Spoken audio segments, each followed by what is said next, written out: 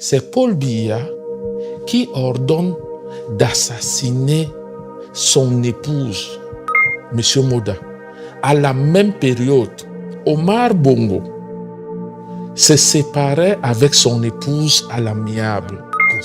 Lui a cette vocation de mourir au pouvoir, mais il a intérêt à le faire avant le 12 octobre. Et pourquoi? Oui, Biya, il a donc trouvé que sa femme avait une corne qui a poussé au milieu de la tête. Mais le diable lui en a donné une autre avec 6 cornes. Biya a liquidé une bonne partie des gars du corps parce qu'il était cocufié. Roger Motazé, qui a été aussi assassiné parce que ayant pris connaissance que sa tante a été assassinée, Chantal a travaillé à convaincre Biya que n'oublie pas que tu n'es pas dans votre cas. Bienvenue au fauteuil rouge. Nous sommes ravis de vous retrouver à nouveau. Monsieur le commissaire Albert Léopold Ebene, vous étiez en vacances? Effectivement, vous savez, Monsieur Moda, nous sommes les chefs de famille. Et comme tel, il faudrait bien déplacer les enfants hors du cadre habituel pour leur permettre de raconter de nouvelles histoires à leurs camarades à la rentrée. Et de souffler aussi. En tout cas, vous n'êtes pas le seul à être de retour. Un autre a fait son retour, Monsieur Paul Biya. Comme un phénix, il y aurait né de ses cendres. On l'a vu recevoir, ou du moins dire au revoir à l'ambassadeur Thierry Marchand. Monsieur le commissaire Léopold Albert Ebene, dites-nous, c'est quoi ce théâtre? Un vrai théâtre? Non, Monsieur Moda, il faut être clair. Biya n'est pas un phénix. Il ne renaît pas de ses cendres. Nous n'avons pas dit que Biya est décédé. Certains l'ont annoncé. Non, c'est trop dire. Nous avons parlé de la mort politique. Ah, c'est bien de le préciser. Et vous savez tous que Biya bénéficie d'un traitement particulier en termes de soins de santé.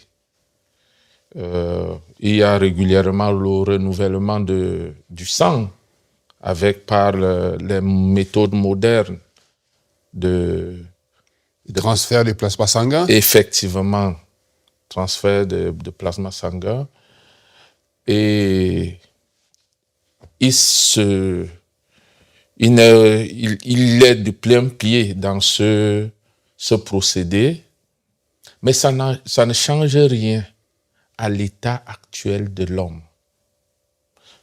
Paul Biya est diminué à 80%. Et ces apparitions sporadiques le démontrent à souhait. Vous savez, tout le monde, tout au moins ceux qui ont côtoyé Biya, savent que sa volonté a toujours été de mourir au pouvoir. Il en prend le chemin, apparemment. Il veut à tout prix mourir au pouvoir pour avoir les obsèques d'un chef d'État en exercice. Drôle de souhait pour quelqu'un qui dit aimer son pays, parce que avec le deal qu'il a effectué avec ses collaborateurs, c'est effectivement que cela arrive, quitte à ce que le Cameroun devienne un Far West après lui, il s'en contrebalance. Mais cependant, les Camerounais doivent lui répondre en lui disant oui à cette vocation de mourir au pouvoir, mais il a intérêt à le faire avant le 12 octobre. Et pourquoi? Parce qu'après le 12 octobre, les Camerounais qui s'organisent veulent l'envoyer à la retraite. S'il veut mourir au pouvoir, il a intérêt à le faire le plus jugemment possible, c'est-à-dire avant le 12 octobre. Il peut décider, hein, à ce stade-là, c'est lui qui décide. Mais après le 12 octobre, les Camerounais lui diront d'aller se reposer. On a plutôt l'impression que le 12 octobre, ce sont les Camerounais qui risquent de décider de lui accorder son 8e mandat. Non, aucun Camerounais ne veut plus de Paul Biya. Il ne faut pas être dupe. Biya lui-même sait qu'il ne peut pas gagner une élection au Cameroun, à l'heure actuelle où je vous parle. Même ses amis sur le plan international avec qui nous échangeons le savent.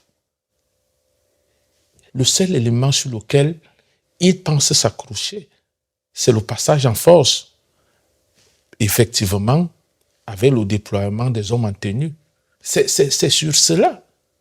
Les Camerounais du nord au sud, de l'est à l'ouest, en passant par le centre, sont unanimes. Ils n'en veulent plus. Biya, c'est du passé. Monsieur le commissaire Abéné, dites-nous, vous évoquez entre autres les gens qui, autour de lui, gravitent. Il y a un personnage qui jadis l'a côtoyé de très près et intimement. Jeanne Irène Biya. Dites-nous, c'est quoi cette histoire qui se murmure? Monsieur Moda, vous faites bien de parler de l'ex-première dame. Ça me rappelle un peu ce tweet, parce que j'étais en vacances quand je l'ai lu sur les réseaux sociaux des collaborateurs de Paul Biya, parce que nous savons tous que Biya est incapable de manipuler un ordinateur. Vous êtes sérieux là? Il ne peut pas manipuler un ordinateur. Je vous donne des informations croustillantes. Il ne l'a jamais fait et il ne peut pas le faire.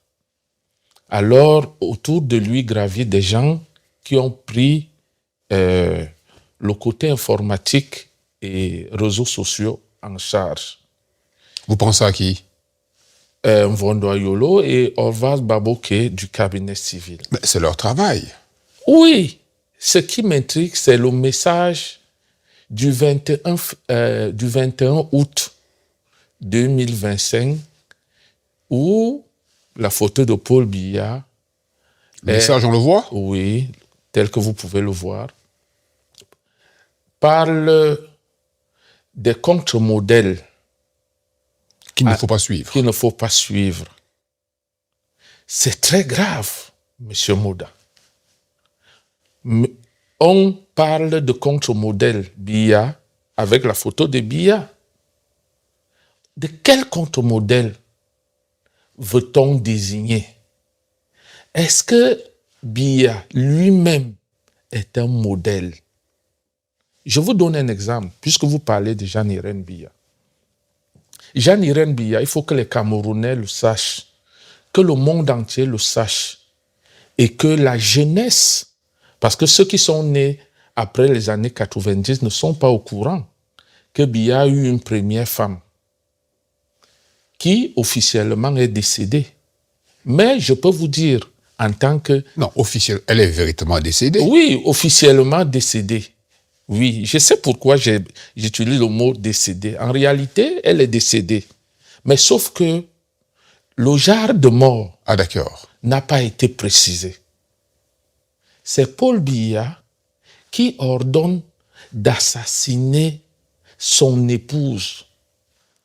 Une femme avec qui vous avez passé plus de 30 ans de vie commune. Une femme qui s'est sacrifiée pour vous, qui vous a fait passer des beaux moments ensemble, des nuits entières, elle s'est dévouée à vous. Alors, un jour, parce que vous ne vous entendez pas, vous décidez, vous donnez l'ordre qu'elle soit tuée par une balle au niveau de la cervelle. Monsieur le commissaire, oui. Au moment où on annonce le décès de Jeanne Irène Biya, le président n'est pas au Cameroun? Il avait tout planifié, monsieur Moda.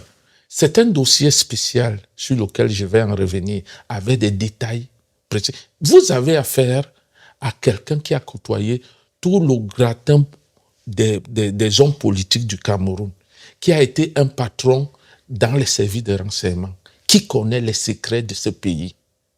Biya a décidé, avait ordonné que sa femme soit tuée parce qu'ils ne s'entendaient plus. Et, M. Moda, à la même période, Omar Bongo se séparait avec son épouse à l'amiable. Consentement mutuel. Consentement mutuel, parce qu'ils ne s'entendaient plus. Patience Dabani, qui est vivante. Et des gens osent écrire que Paul Biya est un modèle. Mais revenons à de bons sentiments. De quel modèle parle-t-on? Oui, Biya, il a donc trouvé que sa femme avait une corne qui a poussé au milieu de la tête. Mais le diable lui en a donné une autre avec 6 cornes. Aujourd'hui, peut-il faire donc le bilan de ce nouveau mariage avec le diable à 6 cornes?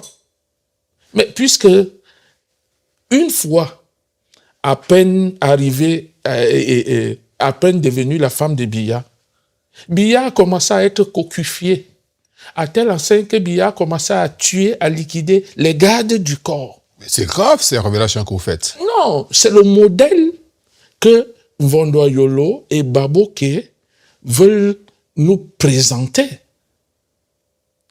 Biya a liquidé une bonne partie des gardes du corps parce qu'il était cocufié. Et aujourd'hui, certaines personnalités sont même en prison parce que ils ont participé à cocufier le président.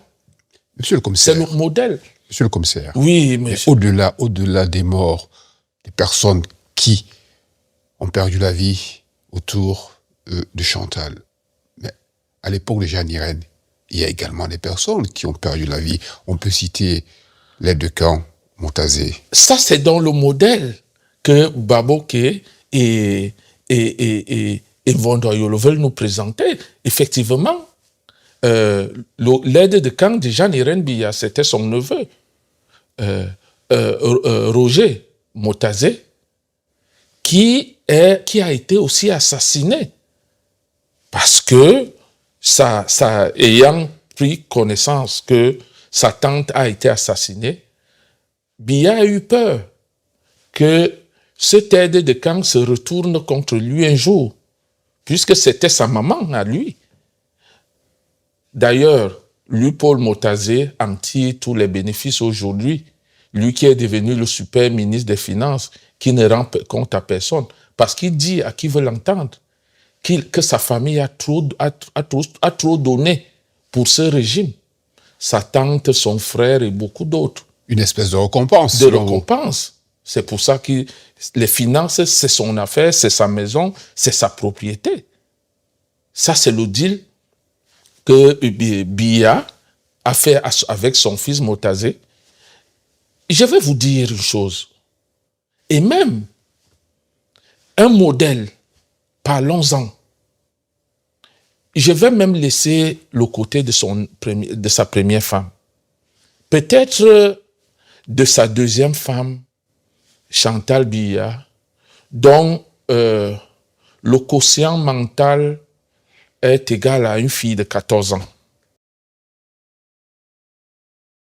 Je prends le cas tout simple de Vondoyolo. Lui qui est directeur du cabinet civil, le modèle dont ils veulent présenter, dont ils parlent, c'est quel modèle? Peut-être un modèle de gouvernance. Non. Lui qui est allé, une fois qu'il a été nommé directeur du cabinet civil, il est allé prendre son petit frère, retirer son petit frère de la prison, commissaire Yves Ayolo, qui encourait une peine de 15 ans d'emprisonnement ferme Comme si le décret du directeur, au poste de directeur de cabinet civil annulait toutes les peines, Les poursuites. les poursuites que son petit frère devait en bénéficier. Il l'amène au palais. Et voilà le même modèle, ce petit frère.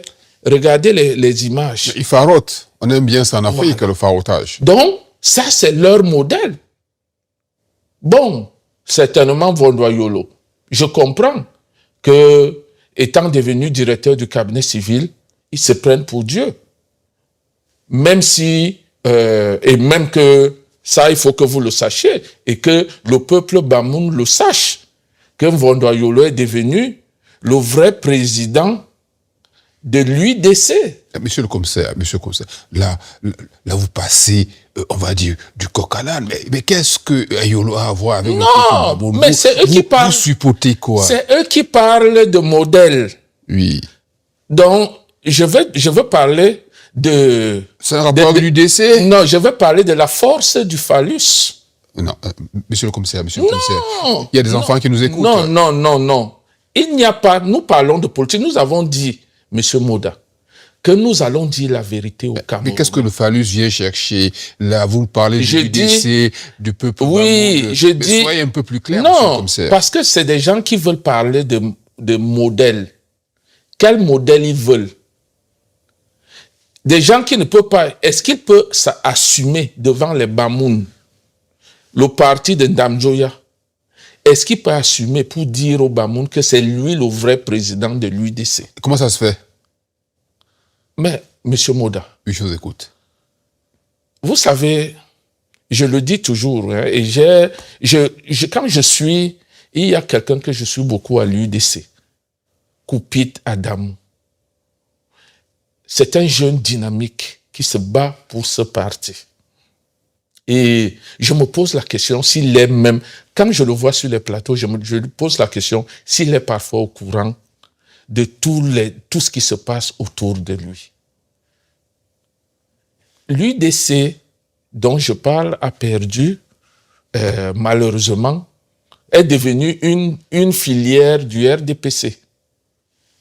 Les Bamoun ont chassé le RDPC par la porte et le RDPC est revenu par la fenêtre. Monsieur le commissaire Abénin, oui. Tout cela reste un tout petit peu aérien pour nous. Qu'est-ce que vous voulez supputer de manière plus précise? Je vais dire que la présidente de l'UDC aujourd'hui est très amoureuse. Et les instructions de l'UDC viennent du cabinet civil. Donc pour vous, en fait, il y a une relation amoureuse entre le DCC et la présidente de l'UDC. Je vous le dis avec certitude, et je plains les Bamoun qui continuent à croire que l'UDC est resté le parti pour lequel ils se battent. Et je parlais de Vondoyolo. Je ne vais pas oublier Baboke, monsieur Moda. Lui, un pasteur, qu'est-ce que vous lui reprochez? Oui, le pasteur qui écrit, qui parle de valeurs et de contre-valeurs. Et je voudrais savoir un peu si Dieu lui a dit, parce qu'il est pasteur, que c'est lui le propriétaire du pétrole camerounais. Parce qu'il est pasteur, monsieur Moda. Bien sûr. Peut-être que vous ne le savez pas, que c'est le pétrole du Cameroun, à ce jour, est géré par Madame Biya. Et Madame Biya, qui dit Madame Biya, a pour main droite dans tout ce qui est tractation financière, les achats de maisons à l'extérieur, les locations des jets privés pour transporter de l'argent et ces achats de maisons d'ailleurs, il faut que je vous le précise, hein, ce n'est pas qu'au nom de Madame Biya, c'est aussi au nom d'un célèbre footballeur. Hein. Ah oui! Ah oui! Le célèbre footballeur dont vous parlez avait quand même suffisamment d'argent pour s'acheter des maisons en son nom? Non, ces maisons ne sont pas à son nom. Il est un prête-nom. Et vous savez comment ça se passe. Je vous dis à l'heure actuelle que les biens du Cameroun, tout au moins l'argent du pétrole du Cameroun, est géré par Baboké. Et je voudrais savoir, eux qui écrivent les histoires de contre-valeurs et de valeurs, est-ce que Dieu lui a dit que le pétrole du Cameroun était sa propriété? Lui, le pasteur. Lui qui construit, vous avez vu dernièrement, la maison, on m'a sur la route d'un fou. Si on a vu quelques images. Oui, un château, sans compter la maison d'Abomban, je veux dire de Dimako, sans compter tous ces biens, tous ces immeubles achetés à Paris et autres. C'est peut-être des achats qui proviennent des dîmes que lui font, on va dire, ses ouailles dans son église. Quand vous me faites rire, M. Moda, les dîmes. Bien sûr. Ah oui, je crois que un jour viendra où il faudra bien montrer combien de dîmes entrent dans les caisses de l'église de M. Baboké. Parce qu'il est fonctionnaire, ne l'oubliez pas. Bien sûr. Nous savons tous ce que les fonctionnaires gagnent au Cameroun. Hein? Nous savons tous ce que les fonctionnaires gagnent au Cameroun. On attend d'ailleurs toujours la mise en place effective de l'article 66 oui, relatif à la déclaration. Ça ne viendra jamais tant que Biya est là. Je vous avais toujours dit que Biya est un féman. Biya, ce type, ça me fait rigoler quand je vois des gens penser que Biya peut changer. Déjà, il n'a pas changé en 43 ans de règne de président et que je ne vais pas dire à l'article de la au crépuscule de sa vie, au crépuscule de sa vie, qu'il change. Peut-être c'est un repenti, c'est peut-être Biya est foncièrement malhonnête. C'est quelqu'un il est égoïste en dehors de sa famille et de sa belle famille. Biya, c'est quelqu'un de chiche, foncièrement chiche, égoïste. C'est quelqu'un qui est en même temps, je vais dire lâche. Il est très lâche. Biya n'affrontera jamais des gens face à face pour leur dire, il ne te dira jamais face à face ce qu'il pense de toi. Monsieur le commissaire Abel Paul-Bénin, là vous évoquez la disparition de Jeanne-Irène Biya, dont le genre de mort reste pour le moment relativement flou. Mais il n'y a pas qu'elle. Il y a eu également quelques morts célèbres, notamment dans l'Église, qui sont restés des crimes non élucidés. Quand on vous écoute, on a l'impression que si vous étiez encore aux affaires, il y a beaucoup de crimes qui ont été élucidés, et notamment un qui vous tient particulièrement à cœur, celui de Martinez Zogo. Ah oui, M. Moda. Je vous dis, si j'avais été au Cameroun en fonction, tous ceux qui ont participé à l'assassinat de Martinez Zogo, qu'il soit fils de Biya, qu'il soit femme de Biya, je vous dis qu'il serait aujourd'hui aux arrêts. Parce que vous êtes loin d'imaginer, M. Moda. Et je vous l'avais dit en off, que je suis resté pendant longtemps silencieux. Mais le jour où j'ai vu, c'était un samedi soir, je ne vais jamais oublier ça. Le jour où j'ai vu les images de la dépouille de Martinez Zogo, tué comme un porc, abandonné, mutilé. C'est ce jour-là que j'avais décidé. Parce que j'ai passé toute la nuit, mon cœur a failli s'arrêter. Mais c'est ce jour-là que j'avais pris la décision que je ne me tairai plus, jamais.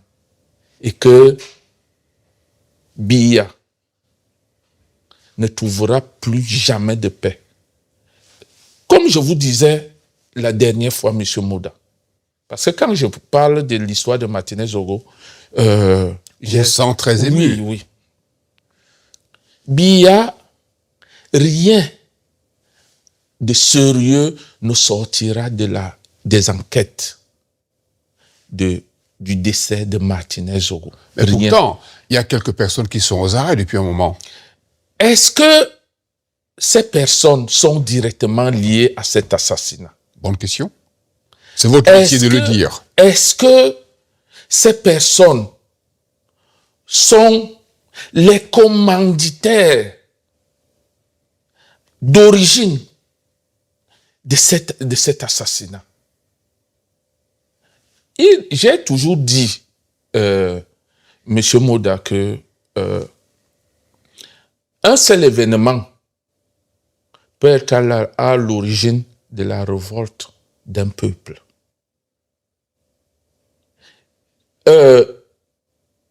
Là où nous en sommes, ça fait bientôt 2 ans que le corps de Martinez Zogo est à la morgue. Biya ne fait rien et il ne fera rien. Il est en train de négocier tranquillement sa mort au pouvoir avec des gens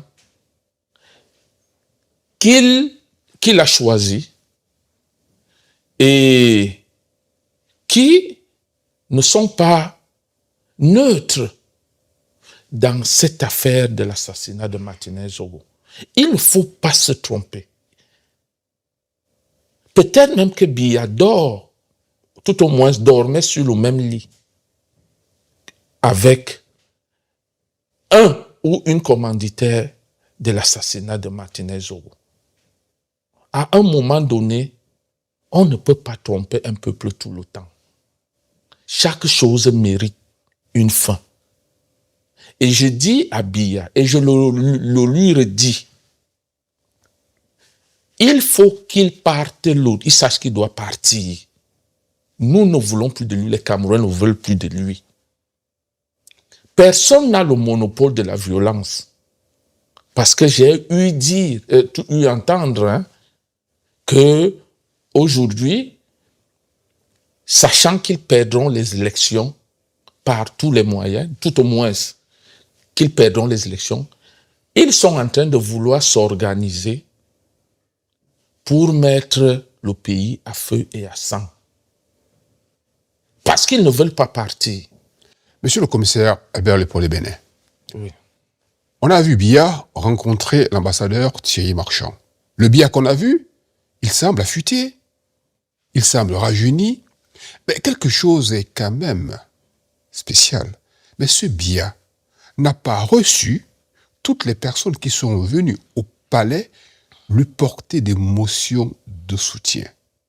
Pourquoi Biya ne reçoit pas ces illustres invités qui viennent leur apporter des motions de soutien, sort pour dire au revoir à un ambassadeur en fin de mission, en lui offrant d'ailleurs un cadeau dont la valeur semble inestimable. Bon, ça, moi, je peux vous dire que ces cadeaux-là sont symboliques. Les vrais cadeaux sont ailleurs. Biya, les départs des ambassadeurs au Cameroun, je vous donne des secrets, ne sont pas des départs où c'est Biya met la main dans la poche, tout au moins dans les caisses de la SNH pour les départs des ambassadeurs. C'est peut-être des fonds de souveraineté qu'il prend. Bon, pourtant, il manque d'eau. Les enfants au nord boivent l'eau avec les animaux. Je vais vous dire quelque chose de simple. Biya est incomplexé. Biya que vous voyez là est incomplexé. Biya a du mépris pour le noir.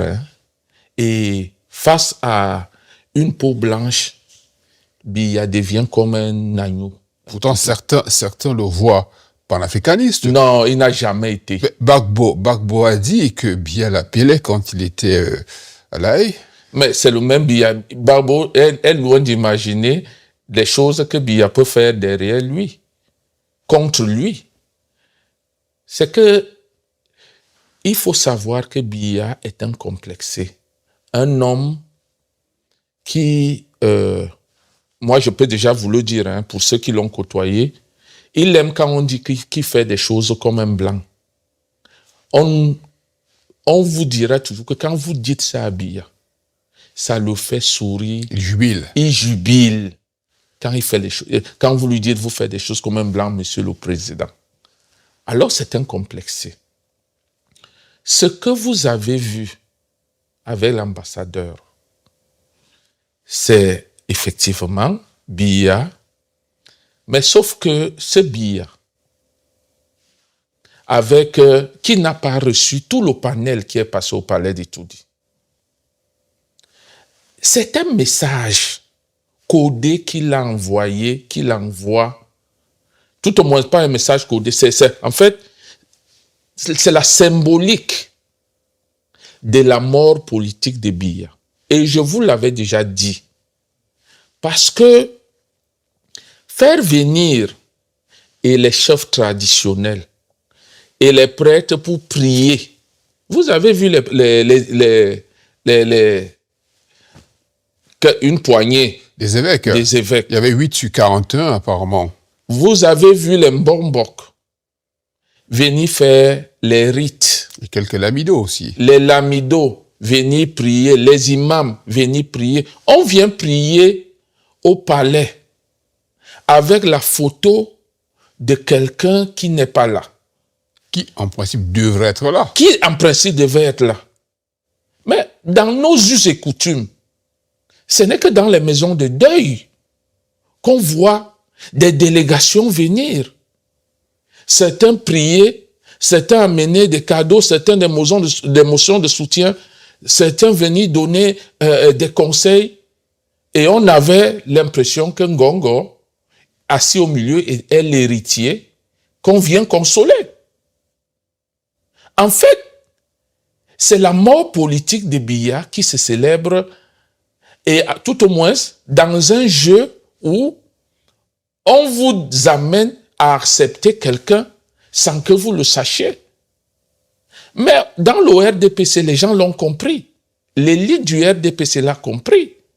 C'est pour ça que ça ne va pas dans le RDPC. Pourtant, jusqu'à présent, à part quelques sorties modérés ou tempérés de certains parmi eux, mais tous sont au pas.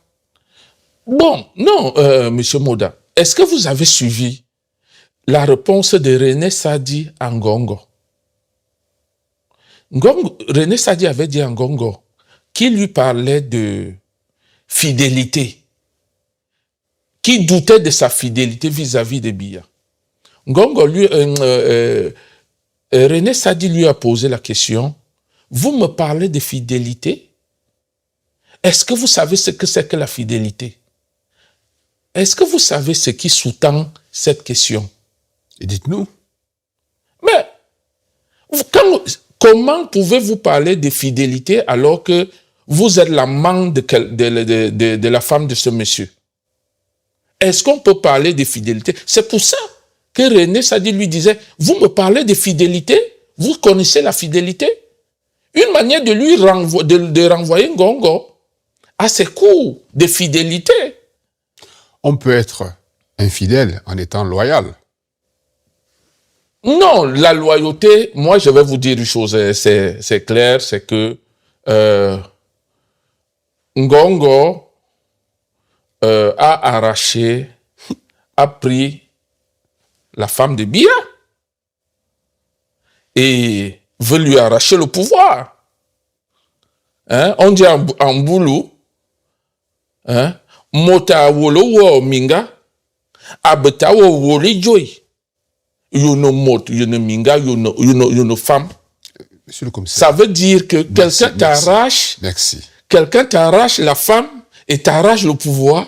Est-ce que tu es un homme ou alors tu ne l'es pas? Donc, nous en sommes là. Et c'est même une honte. Et c'est pour ça que je dis une honte pour la jeunesse du Sud. Hein? Parce que dans nos us et coutumes, nos vieillards au village qui ont des jeunes femmes, quelqu'un ne peut pas venir d'un autre village pour venir t'arracher arracher la femme de votre patriarche. Mais dans certaines traductions, l'héritier, le fils héritier, il récupère les femmes du défunt. Oui. Bon, sauf que les jeunes du village de Biya devraient se mobiliser pour donner une correction à cet intrus qui vient arracher la femme du vieux. Monsieur le Et commissaire, veut lui arracher le pouvoir. monsieur le commissaire, Oui. est-ce que le président Biya a encore le soutien de ses proches, de ses populations? En réalité, Biya n'a plus, tout au moins, il faut que je vous le dise, il y a une véritable question qui se pose dans la famille et dans l'entourage de Biya. Biya est séquestré, et c'est vrai. Sa femme a pris autorité sur lui. Et c'est normal, parce qu'à cet âge, malgré les apparitions sporadiques, juste, il faut le préciser, c'est les périodes de lucidité qui sont limitées. Vous avez vu cette apparition, vous ne savez pas le travail qui a été fait en arrière. C'est-à-dire que et les kinés, et les injections, et les produits, et tout, pour qu'il fasse cette apparition et qu'il disparaisse le plus tôt possible. Monsieur le commissaire Benin. Donc sa famille n'a plus accès à lui. Monsieur le commissaire Benin, excusez-moi de vous interrompre. Il se murmure, en réalité, que Biya n'est pas de Vormeka et qu'en réalité, il n'est qu'en train de remettre le pouvoir qu'au pays, ou du moins à la tribu de sa réelle origine. Effectivement. C'est quoi cette histoire? Effectivement, monsieur Moda. En réalité, ça c'est le jeu. C'est le jeu de sa femme. Vous savez, son père venait de Nanga Boko. Il était catéchiste et il avait été affecté en Vomeka, où il a trouvé femme et il a épousé, il s'est installé. Mais c'est vrai, les vraies origines de Biya sont Yezoum. Lorsqu'il épouse Chantal, qui a les origines Yezoum, bien que son père soit français, c'est Chantal a travaillé à convaincre Biya que n'oublie pas que tu n'es pas dans Vomeka. Ne l'oublie pas. Faisons tout pour que le pouvoir rentre chez nous, les Yezoum. Donc, c'est ça que Biya a accepté. Même si un certain nombre de choses est allé très vite. Bon, quand je le dis, c'est que parfois l'état de santé de Biya, on a l'impression que ça se dégrade beaucoup à un moment donné et qu'il y a des moments où ça revient dans le sens où on se dit, on s'est posé des questions. Moi personnellement, je me suis posé la question, est-ce que on lui donne tous ces médicaments à une période donnée et à une autre période, on restreint? Effectivement, pourquoi? Pour quel intérêt je pose cette question? Dites-nous. Quand on n'a pas besoin qu'il intervienne, qu'il soit consciencieux, certainement on ne lui donne pas les médicaments ou on lui en donne trop et il vit dans les nuages, il perd la tête, il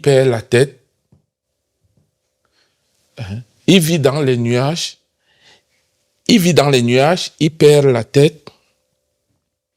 Et lorsque on sent qu'il faut à tout prix qu'il apparaisse ou qu'il intervienne pour quelque chose ou sur quelque chose, on lui donne la quantité normale.